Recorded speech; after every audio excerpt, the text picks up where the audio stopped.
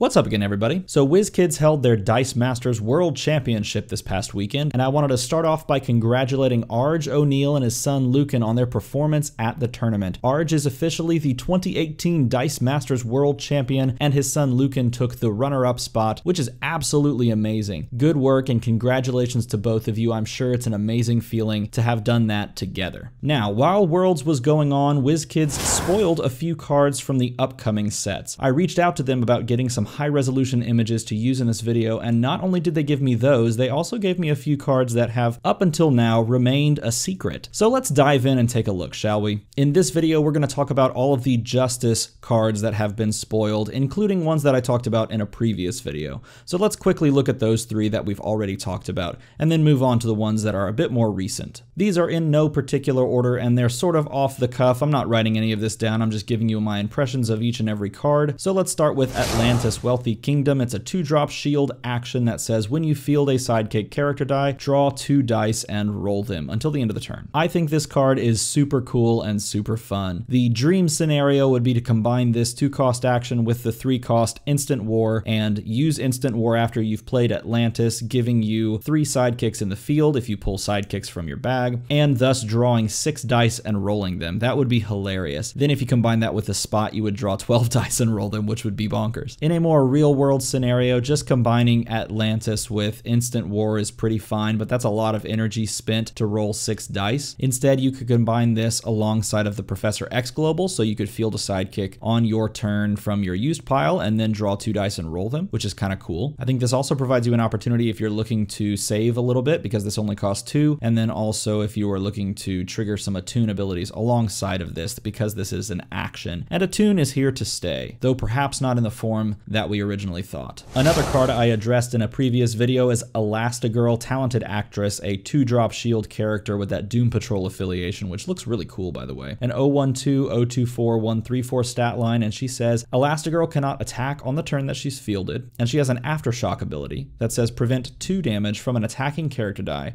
or prevent 2 damage to you choose. An Aftershock is when that die is removed by your opponent from the field zone in any way, shape, or form. It's an interesting little card. It's got a decent stat line for a 2-drop. I should say better than decent. The Aftershock ability is totally dependent on your opponent triggering it, which is a little unfortunate, but if you are blocking with this, then it's going to be a lot more useful than if it's just sitting in the field waiting for your opponent to remove it somehow through out of attack step game effects. The third character that we talked about previous is Parasite Maxwell Jensen, a 2-drop bolt character that has that sweet double affiliation, the 022, 133, 234 stat line, and the ability that reads, while Parasite is active, instead of declaring Parasite as an attacker, you may add his attack and defense to an attacking character die, and you may do this once for each of your Parasite character dice that do not attack. This occurs when you declare attackers. This ability is so cool. I really wish it were keyworded. I hope that they use this ability on a lot more cards and then keyword it, because I think this is such an interesting evolution and stretch of the design space that it deserves its own keyword and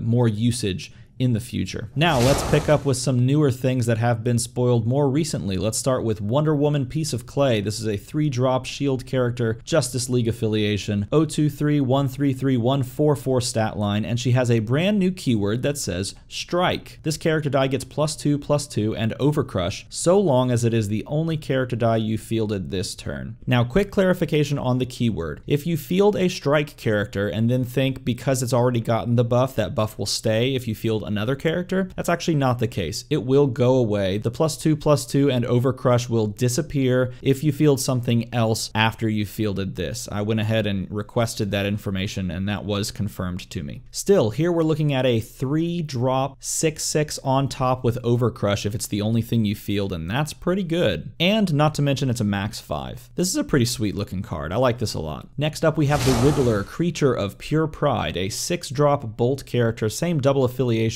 as the Maxwell Jensen Parasite that we saw earlier. It's got the 015, 126, 136 stat line we've seen before, and this says while the Riddler is active, when an opponent rolls or re-rolls a die other than during the roll and re-roll step, deal that opponent 2 damage. This card is a super cool win condition. Do mind you that I believe this is 2 damage per each die that they roll outside of the roll and re-roll step. So if you force your opponent to re-roll their entire field with something like Green Devil Mask, now Now all of a sudden they're taking massive damage and you get to clear their board a little bit. Super cool win condition, and one that I would keep my eye out for, and one that you want to build around. Next up we have the Joker, not funny anymore. This is a 4-cost fist character, still double affiliated, all them villain affiliations up in there. We have the 1, 2, 3, 1, 3, 4, 2, 4, 5 stat line, so a kind of a weird stat line. It's very expensive to get this die out. But the ability says, while the Joker is active, when an opponent fields a character die sharing at least one energy type with another active character die that player controls, deal that opponent 2 damage. This is surprisingly good, even though you look at it and you go, well, that seems a little weird to work around. This always has some utility if your opponent is buying multiple dice of a card, because obviously you have one of those dice in the field and you field the second one, those dice have the same energy type, they're the same die. So this ability has a decent chance to proc every single game you play, making it not a dead purchase in certain matchups. And it gets even better if your opponent is running some sort of a single energy type team, or are running characters that share energy types, which is very common. So this has a lot of utility, even though it's got a weird looking fielding cost stat line. Moving on to Superman from Krypton, a 6-cost shield character, Justice League affiliated, a 155277388 stat line, and it has strike. So this could very well give itself Overcrush, which is very nice, and make itself a 10/10. For 6 is pretty good, and this is strong enough to be printed on a 6-drop and actually have it see a little bit of play,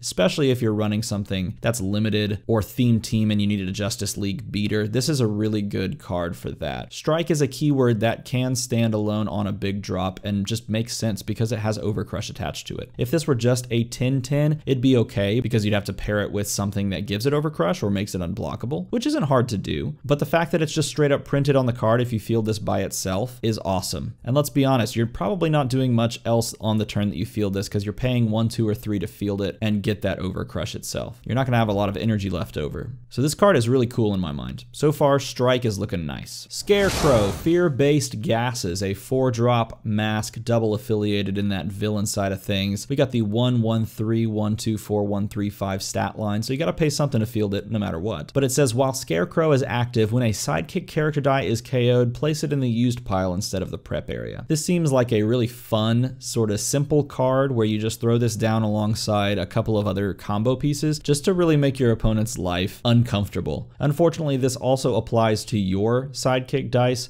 so you have to consider if that's worth running or not. But maybe they print something alongside of this that makes it a little bit more useful and hurts you a little less than it hurts your opponent. Let's talk about Metallo, Heart of Kryptonite, a 6-drop bolt double villain affiliated character, a 144155266 stat line, and it says, while Metallo is active, your Legion of Doom character dice are free to field and Justice League character dice cost 1 more to field. This card seems tailor-made for casual, thematic, and in-set play. I don't see a ton of utility outside of the Justice campaign box currently, as outside of that there are just not a ton of Justice League character dice that you're going to want to hurt with this, and not a ton of Legion of Doom character dice that you're going to want to get that buff from or that benefit from. Is it worth the 6 cost? Probably not, but it would be fun if you're looking for some sort of a theme team and you want to put together some classic hero versus villain Justice League action. On to something that has a lot more utility and probably will see a lot more play going forward. We have Lex Luthor, Leader in World Politics, a 4-drop shield character, got the Legion of Doom and villain affiliation. It's got the 014115126 stat line, and it says, while Lex Luthor is active, your opponents cannot purchase more than 1 action die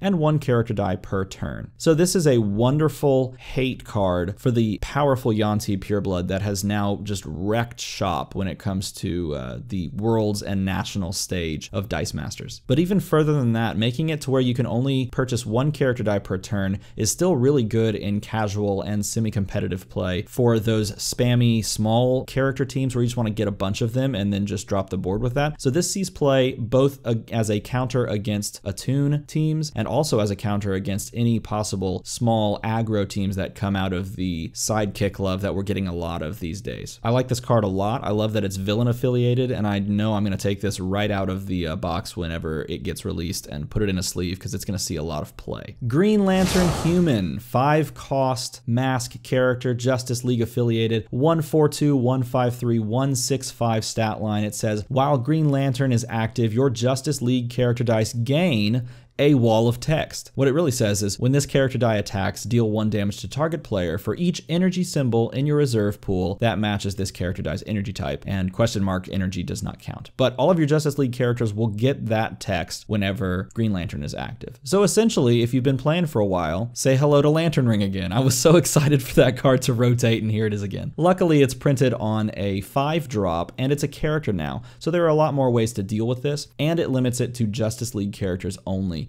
And looking at the list of Justice League characters that are in Modern not in this box, you're looking at things that you're not too terribly worried about dealing with. You know, before this ability applied to every card in the game that you wanted to put around Lantern Ring, and it made it just really, really unfun. But now you have this on Justice League characters only, so it's very thematic in that sense, and it's on a 5-drop character, so it's a little harder to get to, and it's a little bit more prone to control pieces. So I see this not being some huge meta staple and being a lot more fun to play with, though it could still pack a huge punch depending on the Justice League characters that we see going forward, or if they printed something that gives the Justice League affiliation. All right, Clayface, Matthew Hagen. Hagen? 6-drop mask character, double affiliated. I'm not going to say the affiliations every time. 032, 153, 175 stat line. The stat line is cool. That 175 is pretty strong. The ability says when Clayface attacks, he may use the win attacks ability of any other active character die. Now it is pretty pricey at 6, but there are some really fun win attacks abilities in Golden that this could copy, and even in Modern Age, there are a ton of win attacks abilities that you may consider putting around this, though there are some cheaper options that sort of do the same thing.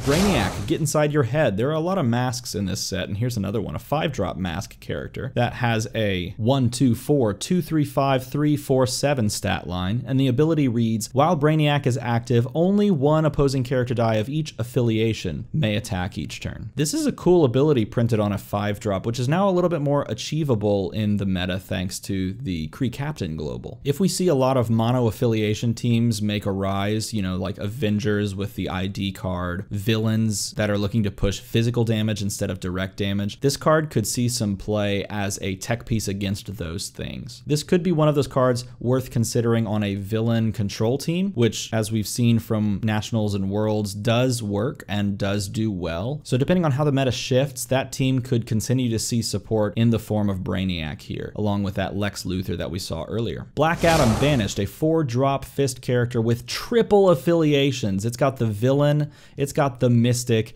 and it's got the Legion of Doom affiliation, which is crazy. It's got a 114, 125, 136 stat line, and it says, while Black Adam is active, Legion of Doom character dice gain deadly. So this seems like a really fun card. It really pushes the Legion of Doom kind of archetype where you get a bunch of Legion of Doom characters together, give them all deadly and maybe some other buffs that are included in the box set, and just play a fun thematic team that way. And it also gives you a sweet triple affiliation for team-up teams. So I think this card plays in a lot of different fun ways and makes a lot of different fun teams. Now we got Batman with a hilarious subtitle that says The Smart One, and he's a 5-drop mask, as if we haven't seen enough mask characters yet in the set, and we have a Justice League affiliation, and we've got the 143, 254, 265 stat line, so he's expensive to get out. But his ability says, while Batman is active, your Justice League character dice other than Batman gain +1/+1 and cost 1 less to field. So while you have to pay the upfront cost of getting him out in the field, he does make all of your Justice League characters stronger and cheaper to get out. This seems really good alongside of that 3-drop strike Wonder Woman, as it now makes her free to field, and on her lowest face, at the very least, if you field multiple things in one turn, a 3/4. And if she's the only thing you field after Batman's in the field, best case scenario, you're looking at a 7/7, free to field,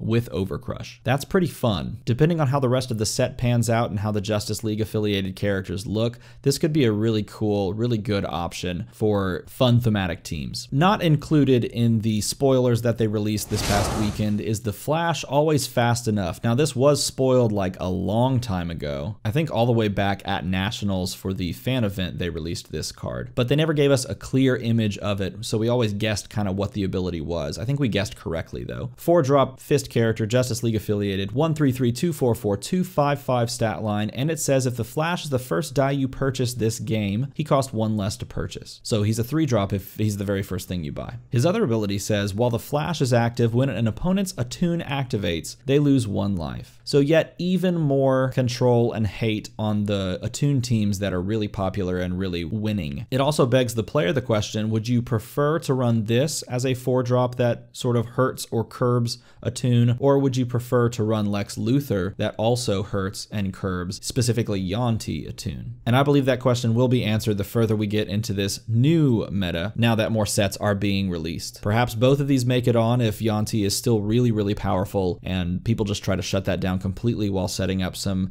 completely different win condition. Who knows? We'll see in the future. All right, we've got 2 new cards, 2 that have not been spoiled yet. So let's take a look at the first one. The first one is actually a throwback to the original Justice League set way a long time ago. It was like the 5th set ever released of Dice Masters. If you've been playing the game for that long, then you will definitely recognize Aquaman Arthur Curry. 3-drop shield character, Justice League affiliated, 023-034-145 stat line, and he says, while Aquaman is active, Justice League characters cost 1 less to buy. Now, I'm sure there's a lot of mixed feelings when it comes to reprinting old cards, but I personally love it. One, for the nostalgia factor of older players like myself who've been playing since the game basically was released. It's nice to see these old cards in a new light and in a new meta, surrounded by new pieces, and to kind of see how they'll play. But 2, if you don't have that old stuff, and if that old stuff is hard to find or hard to get your hands on, now all of a sudden you have it. And you can be at the same level with the same things as a more experienced, seasoned player. So I welcome the reprinting of old favorites from previous sets, and this is an example of that. But if you don't like that, if you want something new and fresh and different, then maybe you will like this Zatanna, Master Magician's daughter. This is a 3-drop mask character with the Mystic and Justice League affiliation, an 011-022-133 stat line that has attune, and it also has, while Zatanna is active, your Mystic character dice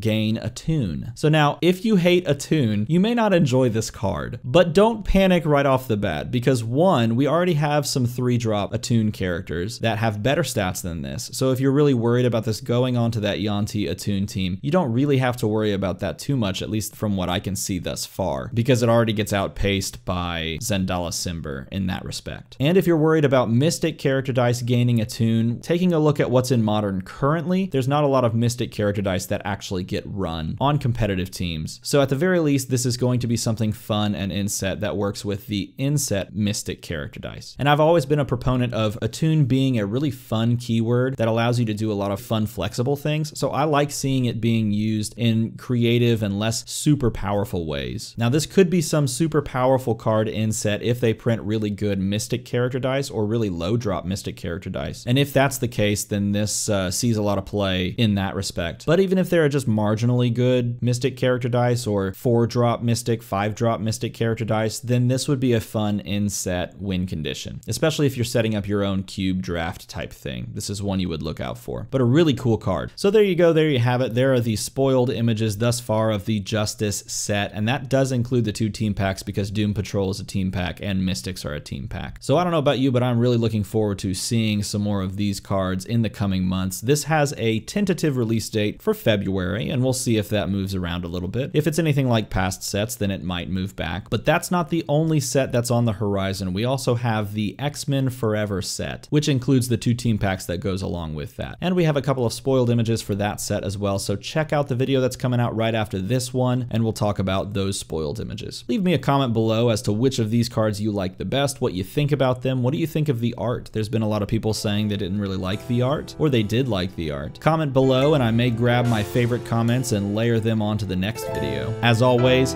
thanks for watching.